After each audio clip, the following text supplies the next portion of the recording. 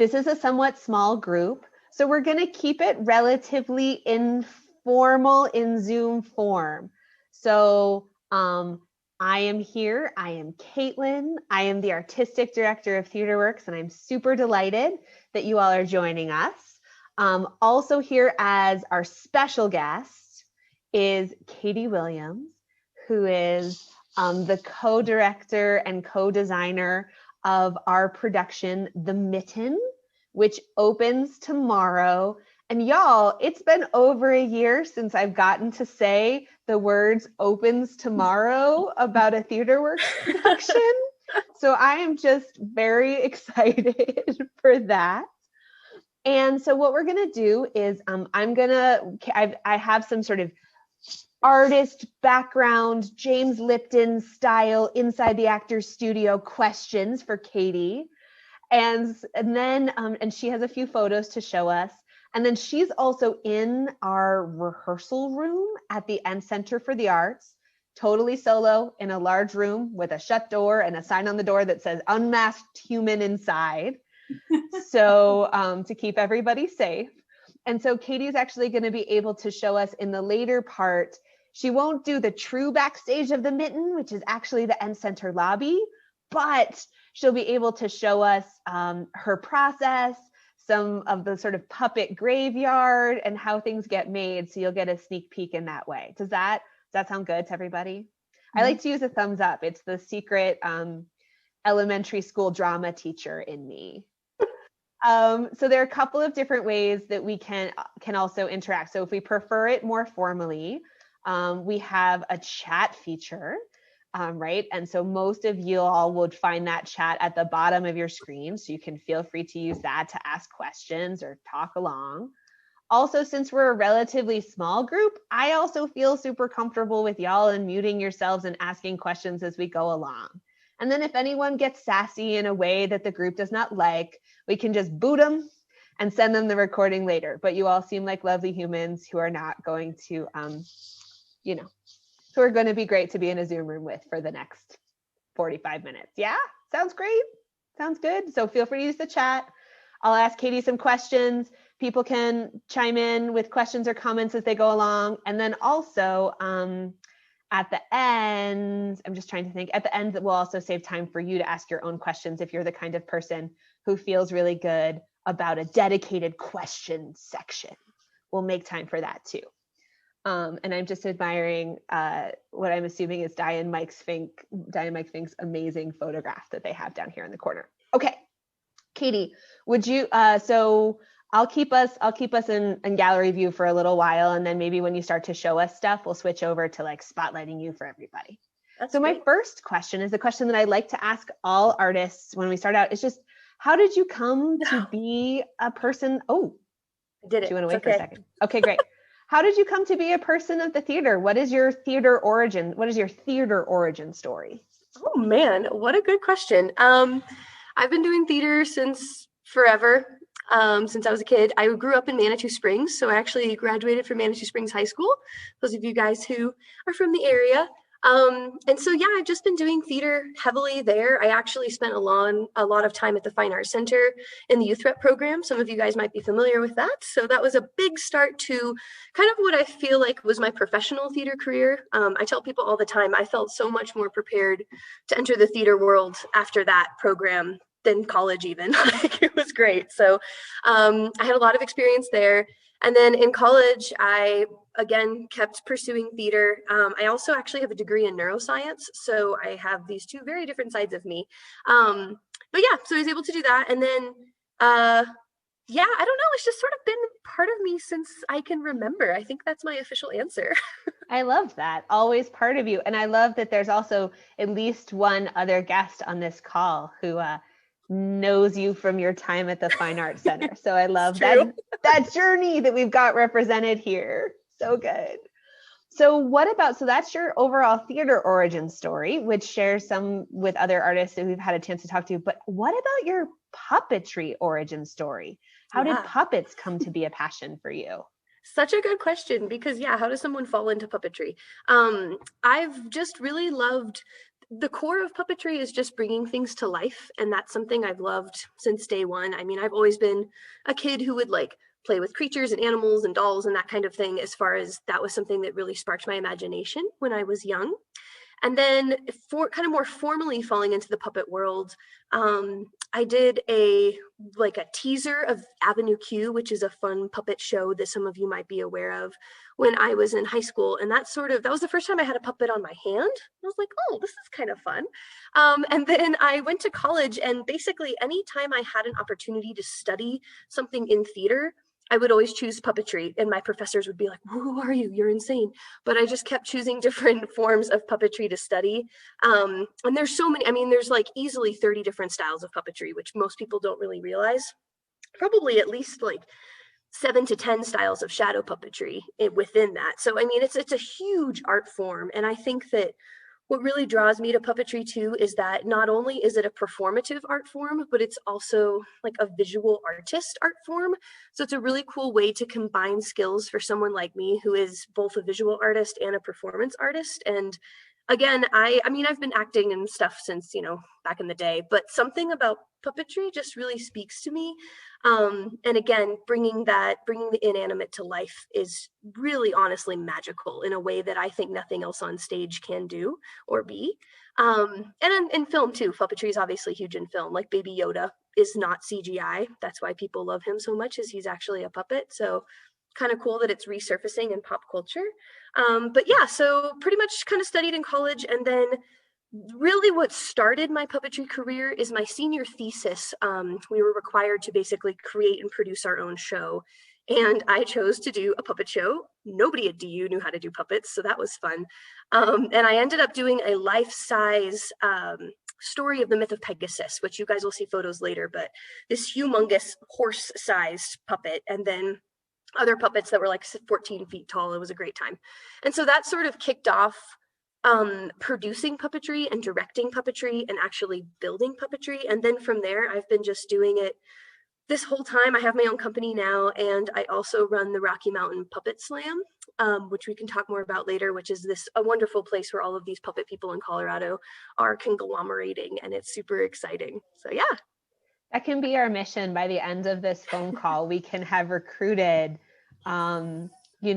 13 more members of the Rocky Mountain Puppetry Guilds. Woo, proselytizing for puppetry. Before I ask you the next question, which is just sort of to take you through a little bit more of your journey, especially in puppet styles, because Katy referenced there are so many different styles of puppetry. If the room is comfortable, I'd love to have you either unmute or drop into the chat. Like, when you hear the word puppetry, what comes into audience members, what comes into your mind when you hear the word puppetry? I just love us to share a little bit. This is so cool. Right? Little puppet diagnostic. About Farscape. Yeah. Nice. Yeah, I think of marionettes, which probably isn't as frequent today as it maybe was many It depends. There's actually a puppet theater in Denver that is exclusively marionette. So yeah, it's around. That's a big one. That poses a question for me, because I was thinking marionettes right away. And I said, but are they considered, what's the definition of a puppet versus some of the other things? Like when you saw Equus on Broadway and they had the big horse and the... Yes.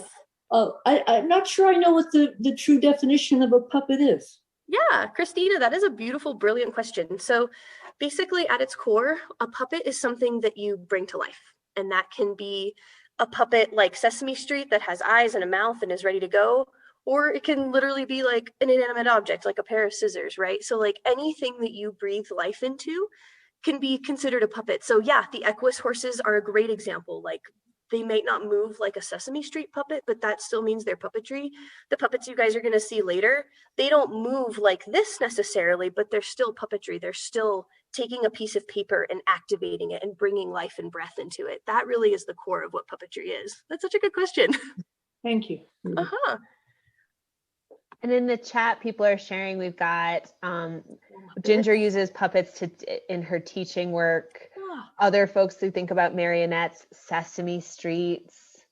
We mentioned Farscape with Diana and Mike, Avenue Q, and like the hand puppets versus puppets with sticks. Yep. Mhm. All different styles. And a lot of times I love that you asked this question, Caitlin, because whenever I teach with kids, I will say, who's ever seen a puppet show? And sometimes none of them have. And I say something like, have you seen Nightmare Before Christmas? Or have you seen like any claymation? And they'll say, sure, that's also puppetry. So and like claymation, animatronic world. Oh, Ginger, the puppets in the opening of The Lion King. Oh, yes, I'm obsessed with The Lion King. Has anybody seen Warhorse? Warhorse is my Yes. ultimate inspiration. Mhm. It's so good, you guys. Go Google it. It's amazing. King Kong on Broadway. He was actually I forget who I think it was Lee who was talking about marionettes.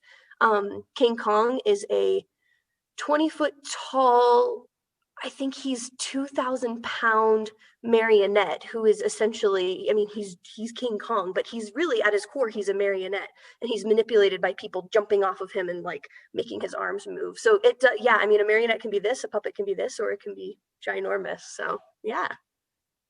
Another thing that probably dates me, I'm thinking of Charlie McCarthy. Mm-hmm.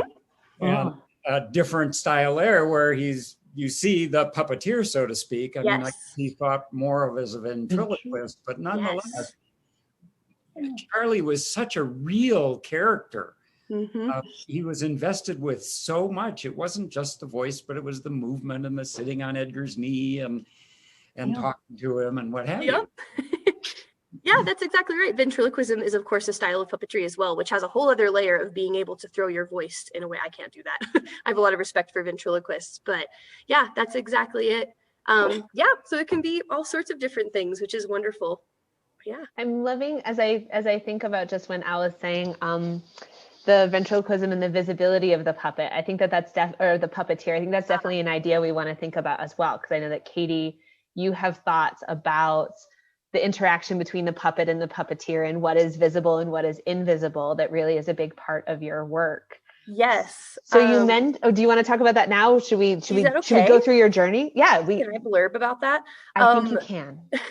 That is one of my personal favorite parts about puppetry, is when you can also see the puppeteer. That is a personal opinion. It totally depends, because as you guys know, like the Muppets, you don't see the puppeteer, but something on stage you almost always do. And I'm much more drawn to theatrical puppetry versus film puppetry. And that's one of the big reasons, is because for me, two things happen. One, I love just seeing how the magic happens. So I love seeing the puppeteers and I love seeing their focus. And that's one thing I'll tell actors when I train actors to become puppeteers is, hey, you have this whole wonderful, lovely instrument that you've been using on stage to tell the story. Great. Can you take all of that and put it here, which is really, really, really interesting. So I love that. And then the other thing is, one of the coolest things about puppetry is that if it's done well, the puppeteer disappears. So you could have a puppet on your hand, and if you're doing something really well, you won't even be able to look at me anymore, right? You're going to be looking at the puppet. So I think that's also a cool sign to see a successful puppeteer. Mr. Rogers, yeah. And Sherry Lewis and Lamb Chop. Yes, this is great. I love it. So can we, you said that you had some photos. So you sort of left us at your senior thesis, a project involving the myth of Pegasus and a sort of large scale puppet. Yes. Before we dive a little bit into the shadow puppet work that you've been doing now, do you want to sort of show us some images about your puppetry journey to this place of shadow puppets? I would love to. I'm going to share my screen, y'all, so you can see some images. So let me pull up my folder. Can you guys see that okay? Can you see my screen? Okay. Thumbs up. Amazing. So yeah, I'm going to start with Pegasus. So this show happened twice. It happened in 2014 as my senior thesis, and then it also happened in 2018 at Fort Collins Fringe Festival. So there's Peggy. He's the love of my life. I love him so much. I'm so proud of him. But you can see he's based in realism, and he actually is highly based off of the Warhorse puppet, if you guys have seen it. So Peggy, he has what we call emotional indicators, which are really important in puppetry. So Pegasus has quite a few. And emotional indicators are how you know what the puppet is feeling, because for something like this, he doesn't talk, he doesn't use words. He's like a horse. He only uses horse sounds and things like that. So really important, first of all, are his ears. And if you've ever seen a horse, you know that ears are extremely important in understanding how they're feeling. So his ears do completely move, so he can show you his emotions there. Other emotional indicators he has are the wings. So this is Ren, who is the heart puppeteer, and the wings can do all sorts of things. They can flutter, they can show he's happy or nervous, he can preen, all sorts of interesting movement. Other emotional indicators are his legs. So let me get to, so you can see here, he's got legs that are attached to this heart puppeteer. And so she, because the joints of human legs are similar to the joints of horses' front legs, she can move her legs and give the illusion of a horse. He also, of course, has his neck. And so the entire neck, the way that this puppet works is there's two puppeteers. So the heart puppeteer, let me go back to the picture. So the heart puppeteer is wearing the entire puppet. And the way that it's balanced, they are able to hold all of that weight. He doesn't have back legs just because I didn't feel like building them. And so the heart puppeteer has the wings attached, and she's responsible for the wing movement, the leg movement, and most importantly, the breath. And as you guys know, anything that's alive has some sort of breathing mechanism, and that is the number one thing you need to add to a puppet to make it feel alive. So that puppeteer actually can just bend her knees or kind of swell her shoulders to give us that feel that Pegasus is breathing, which of course, breath as a big part of emotional indication as well. And then the head puppeteer, which was me in this production, is in charge of the neck movements, the head movements, the ears, and the vocals. So I got really good at making horse sounds. So yeah, so that's Pegasus. He is absolutely beautiful and wonderful. I'll see if I have other pictures. Here's another picture of him. The other tricky thing about building puppets is they have to be light. So you have to be really careful what materials you use. He's primarily made of foam, PVC, fabric, and some random joints that I found in a lamp that were working for what I needed. But you can see there's some of the detail of the painting. And another thing that's really difficult with puppets like this is to get their eye focus, because if they have kind of like wonky pupils, they never sort of look right. So it's really hard to develop a neutral focus. So you can kind of see him in a little more detail there. And then the other big puppet, we actually had a lot of puppets in this show, but the villain, if you will, is a chimera monster. This isn't this is just a rehearsal picture, but basically this was a 4 puppeteer puppet. Alex was wearing the backpack and was in charge of the breath and the movement of the puppet. And then Sam and Ren, who are these women right up front, they were each in charge of one of the heads, because chimeras have multiple heads. And then Julie here, she was in charge of this tail. So this thing was actually 14 feet long and 10 feet tall when it was all said and done. Yeah, and it glows in black light. So this scene happened in black light, the battle scene. So this was my senior project. And so, you can only go up from here. But yeah, so that's that one. I don't know if anybody has any questions they want to ask on that really quick. And if not, that's totally cool. I'm hearing, if people are formulating some questions, like a couple of themes that I'll pull out from things that in the Mitten. First, I love, the way that you're talking about multiple puppeteers operating that and your excitement about that. And I think that really comes into play. It's very different with the shadow puppet work about the Mitten, but still that like synchronicity of the way that people are working together, that sense of scale. When you talked about how the chimera puppet is like 14 feet long, I think I'm really, in your work, I've seen your excitement about playing with scale. And then also when you mentioned too that the Pegasus puppet involves like some found objects as well. Like I've been very interested in how you and Julie, your co-director and co-designer, some of the puppetry materials are like very fancy puppetry materials. And then some of them also are exciting repurposed.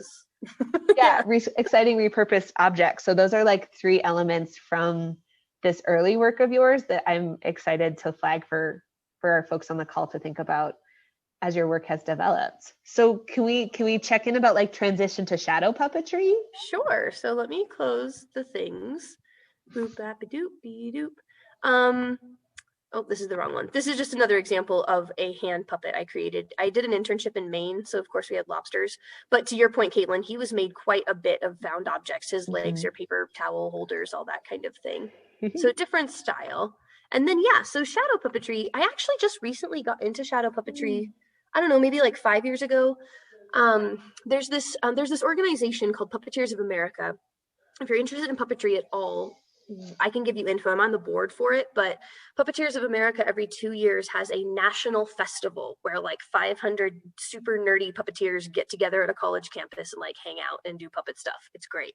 So I went to my first national and was really inspired by some of the work I saw there. And so that sort of started to take me into shadow puppetry, which, as I mentioned earlier, there's a bajillion different styles of shadow puppetry. Most people probably are thinking of, you know, you have a light and you have a puppet and you do a little dance, right? That's a traditional, which is based in Asia and Turkey. That's where shadow puppetry started. It's actually the oldest form of puppetry as well.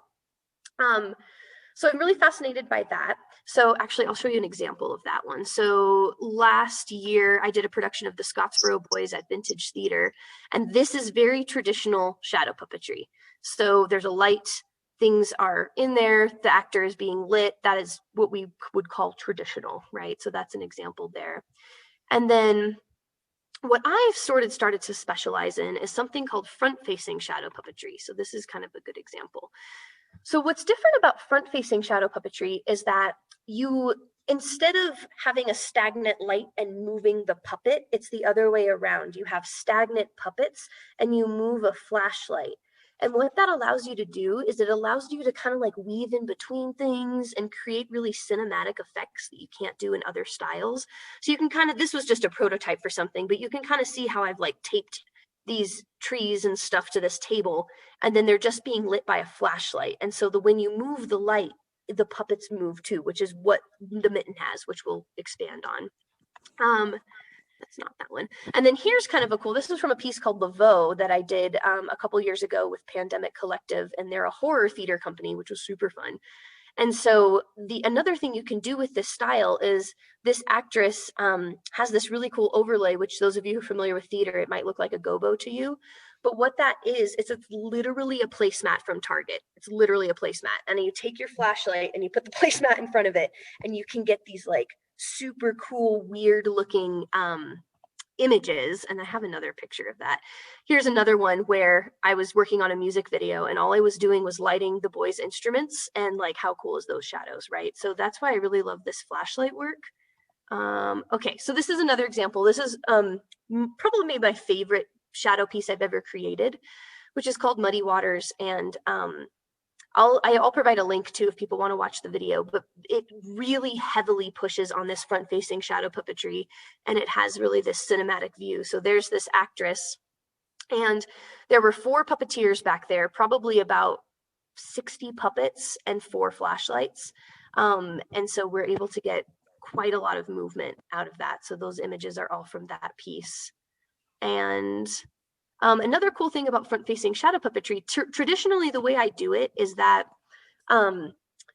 you would have like a screen or a wall, and then you'd have the table, and then you'd have the puppeteer. And actually the puppeteer's back is to the audience. And what's cool about that is the audience gets 2 shows. They get to see the final product, but then they also get to see the work being done. So this is just kind of an example of that style.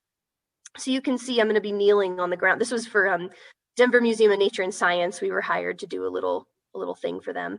But I've got my puppet set up on that table, and you can see me just using that flashlight to help tell that story, right? And it's okay if you can't hear the sound because it's not important. But so that is very similar to the style you'll see in the Mitten. It's just that you won't be behind the puppeteer, you'll be behind the screen. So it's a little bit more traditional, but that's kind of how that works, is hovering and doing that. And then this one's interesting too. So Laveau, which was the spooky, scary horror piece, the director made a really cool decision where she actually decided to put me literally in the middle of the audience. So there were audience members on both sides of me. And so the audience members could look at the image on the screen, or they could just look right over their shoulder and see what I was doing. So they were able to have sort of 2 shows in one. And that's really important to me in puppetry, is that people get to experience the magic of how it happens. So you can kind of see me messing around with flashlights. And then there's the actress, of course, who is also providing some lovely storytelling. Love that. And Katy, we have a question from Sally, which actually might dovetail into you either talking a little bit about Shadows of Sleepy Hollow or talking about the Mitten, wherever we're going to go next. But Sally asked in the chat how you decide when you allow others to take the reins. How do you detach from being the puppeteer when you created the puppet? Because a lot of the work you've shown us before, you're intimately involved in the nightly, whereas like when people see the Mitten, you're coming to the Mitten tomorrow, but you're coming to the Mitten as an audience member. Yeah, that's such a good question, Sally. There's a lot of answers to that. Number one, there's not a lot of puppeteers in Colorado until now. And so there weren't a lot of people who could even do it. So like I had to. And like things with Pegasus, like actually for that Pegasus show, the first time I did it at school, I wasn't in it. I was just the director, which was really hard to hand that over, but with the very competent actors who had never puppeteered before, and we all kind of learned together. And so I think the biggest thing about puppetry is it's not if you have the innate talent for it, because I think you can learn that innate talent. It's that if you like I said, you can take who you are and everything that you've created to be an actor or be a theater person, and you're okay with taking all of that and giving it to something else, which is really hard, especially for actors sometimes. And so finding the people who are willing to do that and who are willing to bring it to life and who take it seriously, because sometimes people don't. And that's really hard. And so with a show like The Mitten, what's really great is that Julie and I came in, she's the other director, and the puppetry at its core is not difficult. It's not hard to do. It's just that you need to have a little bit of imagination, and you need to be able to play and get it into your bones. Puppetry is really a kinesthetic art form at its core. And so it's really hard sometimes to let those things go. And I also love doing it. So as much as possible, I like to actually be performing my work, because I don't really perform as an actor anymore. So that's how I perform. But it's just all about finding the right folks, and especially people who are really passionate about it is very helpful. That's a really good question. It is. I love, and maybe we can get into like talking about the Mitten in a sec. Because one of the things that's interesting about the Mitten, right, is that our puppeteers, some of them are actors. One of them is a lighting designer. One of them is the costume shop manager at the Fine Arts Center, who, by the way, has an MFA in puppetry, right? So this idea of puppeteers being traditional actors or performers, that's not necessarily the case. People can have other backgrounds and be able to bring these objects to life. And so, the Shadows of Sleepy Hollow. So this is the work that Katy had sent information to us about it in the fall, that she was doing this in Englewood. And then I got a chance to go see it, and was like, immediately called, Katy up and said, "Oh, we must talk."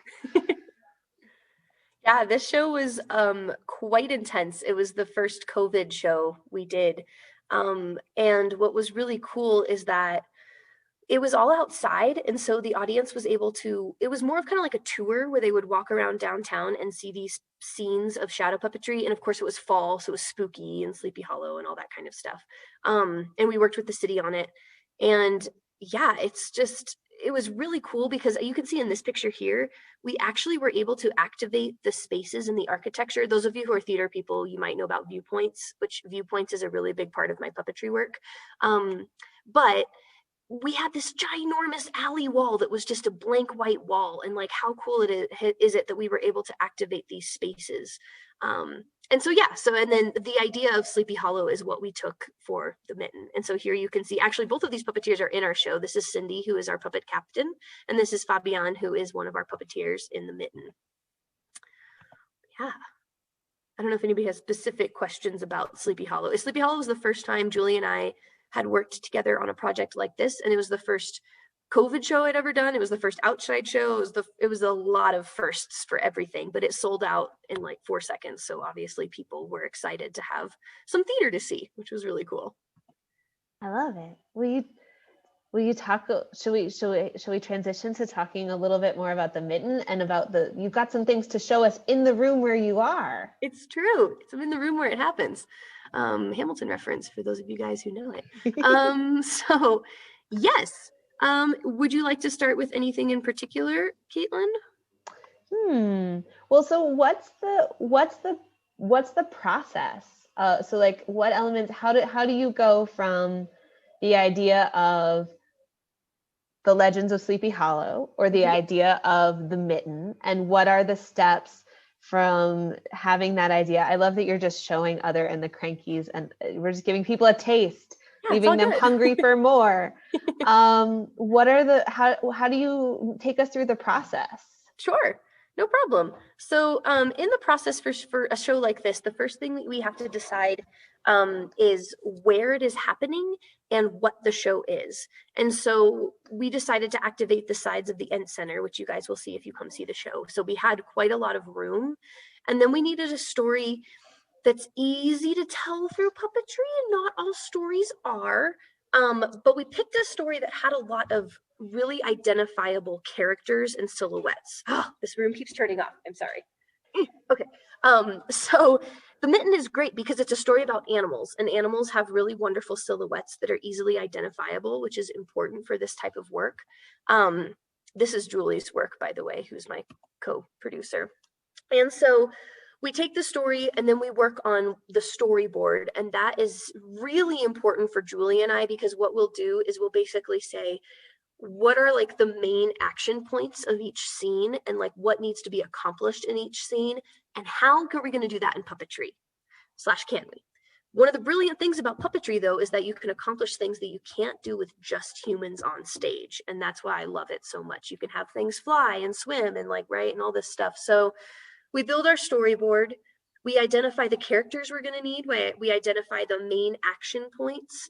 And we also identify the style of puppetry, because actually in the Mitten, there's 2 forms of shadow puppetry, which I'll show you later. And then what happened for this particular show is that we took it to lovely Caitlin, who was able to draft a script for us. And so the script is actually written by her, those of you guys who didn't know that. And because Julie and I are not writers, which is great. And so she was able to take this story and turn it into a script.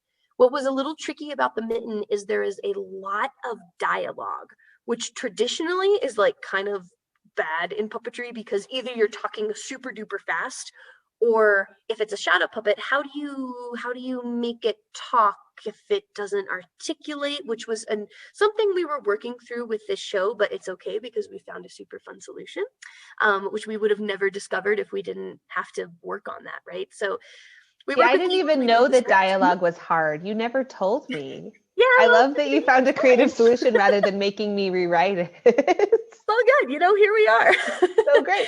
And so, so then we have the script, and then the next thing that happens is we design the puppets. So Julie, myself, and our designer named Melanie, kind of all 3 of us create the puppets, and then we print them out. So I used to hand cut all of my puppets, and then I was getting carpal tunnel, and I was like, I don't want to do that anymore. So one of the things I'll show you guys here in a sec is I have a Cricut machine. Some of you guys might be familiar. It's a big machine in the crafting world, but it's basically like a laser cutter. And so we can take these images and we put them on the computer, and then we actually print them on a printer, and it cuts them out so that they're really nice and detailed like that. And so that's how we can print a ton of puppets in a short amount of time. Because in this show, there's probably between 70 and 80 puppets, I would say, like individual puppets. So the Cricut is really nice. And then after that, after we have the puppets, we start rehearsal. So Julie and I will usually kind of come up with a skeleton, because one of the lovely things about this style of puppetry is that the puppeteers get to bring in their own flair. So we give them the skeleton, we give them the techniques, we give them the tools to be successful puppeteers, and then we kind of say, let's devise it, let's work together. And so we get these really gorgeous, wonderful things out of these devised rehearsals, because it's like guided devised theater, those of you guys who are familiar with that term. But in the end, Julie and I kind of are the final say, if you will, so we can make sure things look good and people understand how the light works and all of that. And then, then we just rehearse. And with these shows, things change like that. So we have to get things designed a lot. We have to reprint a lot. And then we just futz and make it beautiful and gorgeous. And usually we work with some kind of soundtrack. So the music for this show is composed, which is super exciting. It's original composition. And the music is very important because that's a lot of times how we can get beats of things and make sure the puppetry is all lining up. So yeah. See the chat. Yes. Yeah, so let me show you guys what it looks like to print a puppet. 1 second. So I'm going to show you my screen, and I'm going to show you the Cricut application. So this is Cricut. And basically what happens is our designer, Melanie, would draw these creatures for us. So she drew this little wolf for us, right? And then on this Cricut, I'm able to take out the negative space. I can make it whatever size I need to. I can do whatever I want. And then you basically can print it. So I will show you, I have my phone here too as like a second camera. So I will turn it on so you guys can see. But basically we are able to print it onto this Cricut thing. So let me go ahead and click on this button. And I'll actually print this right now for you guys in live time so you can see it. I'm sure why my camera's not working on here. And then if it works, if anyone wants, they can have that very wolf. If anyone wants and is coming to the Mitten, we will deliver you this very wolf along with your ticket. You can pick it up at the box office. So exciting. Okay, I'm not sure my phone is being weird. Chris wants it. Okay, great. We'll have it for you ready tomorrow night, Chris. Wow, thank you. So what I'm going to do is I basically tell the Cricut how to print this out. And so I'm looking at my piece of paper and I need to adjust it just a smidge. Boop, boop, boop, boop, boop. And so I'm going to do one of these things where you guys are going to go dizzy for a second. I apologize. But this little guy is the Cricut. So there, it looks just like a printer. And so you can see I have it prepped with this piece of black paper. So we're about to print the wolf. So I'm going to go ahead and tell it to do it. And we'll kind of have that going in the background while we are chatting. But yeah, so basically, it's like I said, it's just basically a laser printer. And you tell the machine what kind of material to do. And then this is kind of a bad piece of paper, so we're going to see what happens. And then I press the magical blinky button. And then it's going to start printing stuff. So I used a scrap piece of paper, so we'll see if it gets mad at me. And then you guys can kind of see, there it goes, doing its thing. So that's how we print all of the puppets for this production. And I'll show you when it's done. Does anybody have any questions about that while it's printing? Yes, we can make as many wolves as you want. It's really easy. How big can you print out on that thing? Good question. So the mat size, the green thing that's called the mat, that one is 12 by 12, so 12 inches by 12 inches. I also have a mat at home that's 12 inches by 24 inches. So basically 12 by 24 is the biggest I can go with this particular machine. And then you sort of start to get into more laser cutter land. You need to go get like an industrial size laser cutter, or you create things that you can tape together later, which I've done as well to make really big things. To this question about scale, because I'm really excited, and I think maybe you're going to turn off the lights and show us some shadow puppet flashlight magic on the wall. But one of the things that I find so exciting is that the size of the puppets as it exists as a physical object and the size of the shadow don't necessarily have a relation, or they have a relationship to each other, but it's not a one-to-one relationship.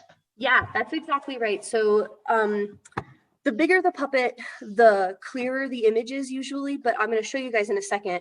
I mean, you can get a ton of throw off of a tiny little puppet. So this is what it looks like when it's done. And I'm going to see you pull out that negative space. There's our little wolfy guy, right? And then I'm going to peel him off the mat. So there he goes. Boop. And then look at that. Easy peasy, beautiful, breezy cover girl. So that is how that works. Sometimes it's a little more complicated where you have to do things called weeding, where you'll have to take a tool like this, and then you'll have to like poke out all the holes. So depending on the puppet, sometimes there's a lot more poking that has to happen. I remember the other night you all had made a fresh bear puppet. Oh, I feel like I'm revealing all our animals. You had made a fresh bear puppet, and to your like emotional signifiers point that you made when you were doing Pegasus, someone was like, oh, that bear doesn't look quite right. He doesn't have quite the right feeling. Right. And then someone came with a little poking thing and poked a pupil out of the bear that hadn't been poked before. And all of a sudden the bear had a totally different emotion just from popping out that little piece of errant paper. Yep. Which is amazing. It's crazy how important that is and how important eyes in general in puppetry are. And not everything needs eyes. Those of you guys who are theater people, you know, Little Shop of Horrors, the plant, Audrey too. Technically that puppet doesn't have any eyes, but we always know where that puppet is looking. And that's called focus, which is really important in puppetry. But yeah, so I think Caitlin, maybe I'll show what I've got in the crow's nest. I love that. So imagine when you come to the mitten, when you come to the mitten, these will not be in the crow's nest, right? These are outside on the big windows of the end center. But so we've got two styles of puppetry here today. That's an overhead projector, yes, like probably from back in the day. So if you guys know of any overhead projectors and nobody wants them, I will take them. But overhead projectors are a really big, important part of puppetry, of shadow puppetry. I'll show you how this works in just a sec. And then down here, we've got more of those puppets, just like I cut out. So like, here's the little wolf, just to compare. And these guys are on stands so that they can just go wherever you want really easy. And then we've got flashlights that light them, which I will show you in just a sec. But these flashlights are cool because they have multiple colors. I don't know if you can even see on the camera, but they're actually hunting flashlights because they're super powerful, which is really important. So let me dim the lights really quick and I will show you guys these styles. Some of you might have seen these before, but some of you might have seen the overhead projection. If any of you saw Manual Cinema when it was at the Ent Center a couple years ago, they exclusively use overhead projection. Okay, it's gonna get really dark. Get excited. Let me just make it a little more bright. Okay, here we go. Okay, so we have 3 overhead projectors in the mitten. So what's gonna happen is you're not seeing anything right now because I have a block on it. So as soon as I flip this block, now you can see the gorgeous image. So Julie, who is my directing partner, is a really good artist. And she actually made this out of alcohol ink. So I'll kind of angle this down so you guys can see it. Well, you can't really tell. But this thing is basically painted with alcohol ink. I'll show you this way. So you can see it's transparent, which is really important. Of course, things have to be transparent on these overhead projectors. But she paints these with alcohol. And then it gives pretty, pretty, pretty snow. And then, yes, it is like a beautiful translucent watercolor. That's a good way to describe it. And then you have something like this, where I have one of our cutouts, but it's on a piece of essentially like laminating paper, because again, it has to be clear. And then I take my puppet and, sorry, I move him around here, which you can see. There he is, right? Really tricky about the overhead projectors are everything is backwards. So if you want the puppet to move up and down, it's just backwards. So like I don't know if you can tell, but I'm pulling my hands to my right and he's going left, right? So that's really tricky about overhead projectors is everything is backwards. So that takes your brain a little bit of time to get used to. So that's the one style. Another thing that Julie likes to do is she also adds color to the puppets themselves. So this is another one of our, you'll find out who this is later, but this is one of our secret little puppets. And this is actually basically just like a lighting gel. Again, those of you who are familiar with theater. And you can see that adds some color, right? And there's a lot of cool effects you can do where you can bring things up and make them blurry and all sorts of stuff. So any questions on the overhead projector before I switch gears to the other style?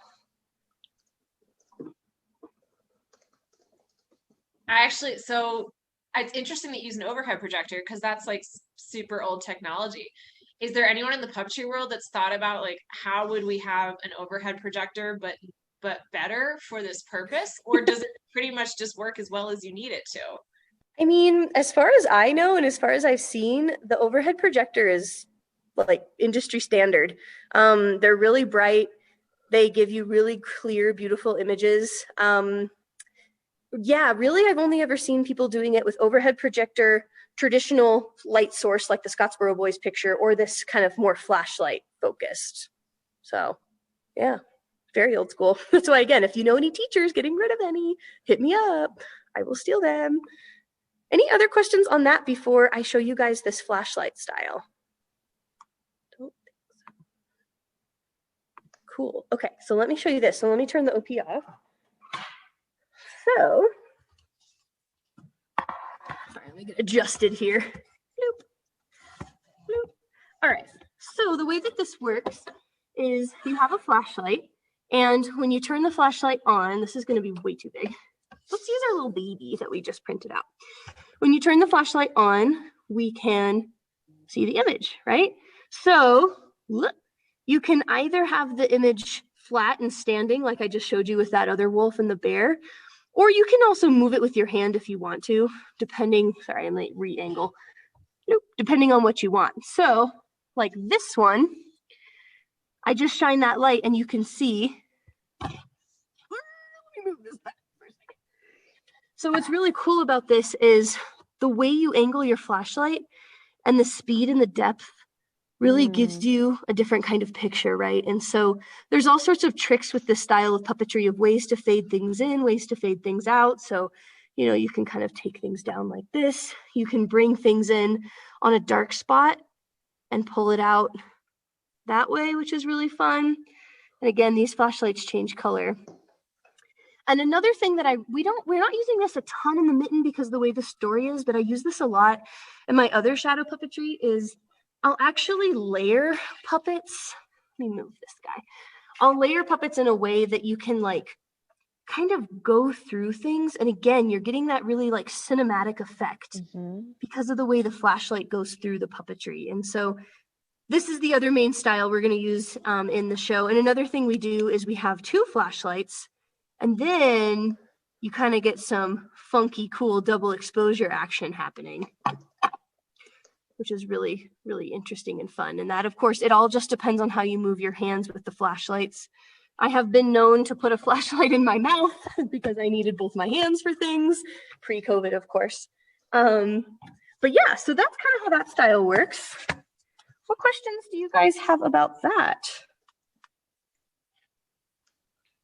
This is really hard to do like in this angle.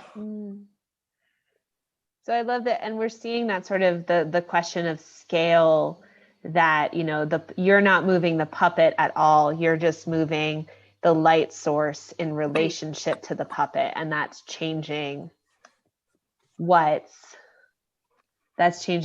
we're seeing in terms of the shadow. Yeah, so I just backed up just for Caitlin's point exactly.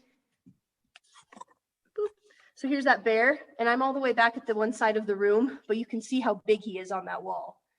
So that gives you an idea of scale, which is really important in this particular show because we're using a big old wall. So yeah, I'm all the way back, I don't know, maybe 50 feet from that wall, and you can see how big he can get, right?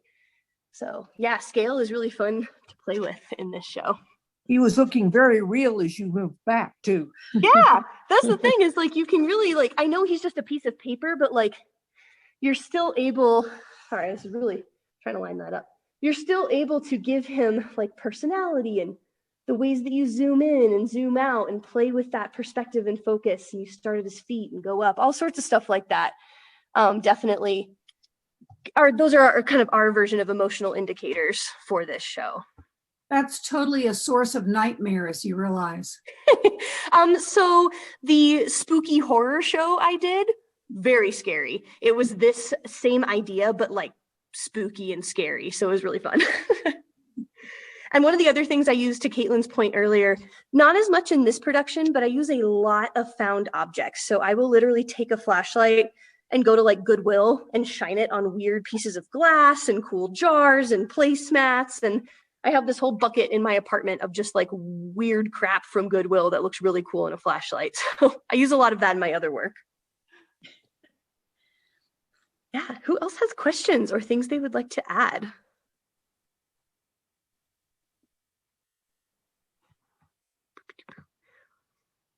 Do you guys think you could do it? It's really easy. We'll give you guys puppets. You can try at home. Yeah, everybody. See, I think everybody's expecting the Mitten to be all these hand puppets.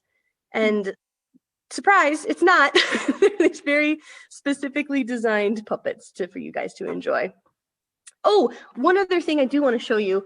Remember how I was talking earlier about how dialogue is really difficult? So one of the things that we've developed, come here, buddy, is, come here. a mitten that all of the creatures exist in. So let me show you with the computer. Sorry, I gotta get it in the right spot. So this is a mitten that Julie designed, and it's literally just a piece of cardboard, but there's all the creatures in it. And so that the way that we're kind of working with our dialogue, since these creatures don't actually talk, we will take our flashlight, show you that ram over there, and we'll just sort of zoom into a creature or zoom into a creature. And that, I know you can't see it very well. Let me move him down here. Nope, that's a better example. So here's our cute little chipmunk guy, right? So it's just an idea of zooming into something and bringing attention to it, zooming back out, zooming into something, bringing attention, right? And then this puppet is really cool because then you get to see all of the creatures existing inside of the mitten together. So that was, to the point we were making earlier, that was sort of the biggest problem Caitlin and I had to solve puppetry-wise. And it was really fun because we've never done anything like that before. And it's super successful. And I love even hearing, you said that you're drawn to really cinematic work. And I hear in your language of Zoom, right, that sort of film language too. So it's a really interesting juxtaposition to hear you talk about your work, Katy, because on the one hand, you're talking about things that are very filmic and very sort of epic in scale. And often I associate with sort of a glossiness, right? And then on the flip side, you're using very handmade objects that often are drawing, as the questions indicated, on older forms of technology that maybe we've moved away from. So there's this awesome juxtaposition between the filmic and the glossy and the epic, and then the very handmade and tactile and small, which I really appreciate.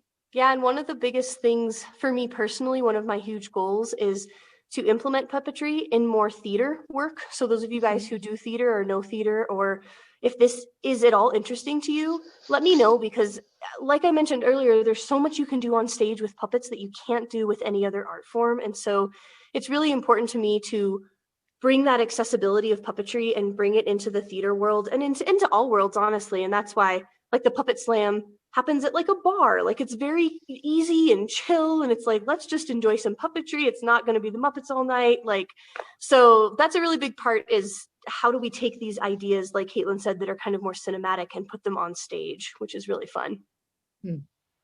Have you ever done anything that, since most people have flashlights on their phones, that the audience would provide the light for the puppet? Ginger, that is such a cool idea. Especially if the light out. So it depends on the type of light you have. Actually, most phone flashlights are pretty good. We did do it, that show I was showing earlier where you guys were seeing my back and it was at the museum.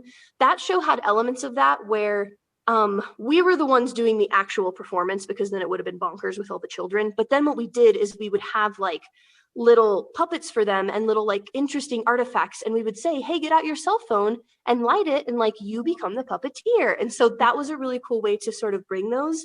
I have actually done a show where I literally gave the light to the audience members, and I said, here's a light, here's a puppet. Okay, I'm going to hold it for you. Show me what you can do. And so, I mean, and to your exact point, that's what's so fun about this style, is it's very interactive. And it's very easy. And when people do it, they're like, whoa, this is the coolest thing ever. But really, it's just a flashlight. And of course, there's a lot of technique in there, but at its core, it's a really easy, fun technique and skill to learn. I love that. Now I want to do a whole show like that, though. That sounds really fun. What's the rehearsal process like for the Mitten, for example? Yeah, totally. What's really unique and different about this style is it's very different than like a regular theater show, where a regular theater show, you know, you might rehearse 5 weeks every night that week, working on scenes, blah, blah, blah. The Mitten, we have 9 puppeteers, but they're only puppeteering their own scene. So we have 5 scenes. And so like the person who's doing scene 1, she is only responsible for scene 1. So we only have to rehearse scene 1 with her. So what is really cool about that is it can make the rehearsal process really short. So we really only need like 2 to 3 hours with the puppeteers before we get into more like tech land. because the nature of the show is that you run the show 12 times a night. And so you get really good at your scene really fast. So you actually don't need as much rehearsal. Really, what the only negative is, it's a lot more work for the designers and the directors, because we have to like prep everything and like have that skeleton ready for those puppeteers before they get there. But yeah, the rehearsal process is really weird and different than most theater, but it's a lot shorter. And then Caitlin said, this is what makes this show so COVID safe, is that puppeteer in scene 1 doesn't have to interact with any of the other puppeteers the entire time, the entire run of this show. So like everybody is condensed to their little scenes, and like everybody's only touching their own stuff and all of that jazz. So it really makes it, quite honestly, one of the perfect forms for like a COVID situation. Pandemic puppets. Exactly. Oh, lovely people. So I know there's like so much that we could talk about. And at the same time, theater is the art of doing what you can with the time you have allotted to you. And we have come to the end of the time we have allotted to us for this evening, especially since Katy's in the crow's nest to show us all the neat things. And she's in the crow's nest because she was doing a few last minute notes today. Sure was. Right. So, I just want to express my gratitude to all of you lovely subscribers who are with us and hopefully are comfortable and excited to be with us in person outside over the next 2 weekends for the Mitten. We still have tickets for, I think, every time slot, although tomorrow night has, I think, like 4, no. We're almost sold out. So you guys should get tickets now. Maybe it just happened. We have like 4 tickets for tomorrow night, but maybe it's as we were talking, it's just going. I checked going earlier nutty. and it's going well. Yeah. I love it. And Katy's dropped her website into the chat as well. So if you're excited to find out a little bit more about her work, you can do it that way. And then of course, major gratitude to Katy herself for taking time out of her tech notes and her busy day to just share some love and some knowledge with all of us. I know I'm super grateful to Katy. I'm super grateful to you all for continuing to believe in us and support us, even in these strangest of times, which we will power through together. Yeah. All right, team, are we ready? So shall we do that awkward? Oh, shall we applaud? Should we unmute and applaud and hear dogs barking? I love it. And then we'll share a like awkward Zoom wave where we never leave rooms waving, but we leave these rooms waving.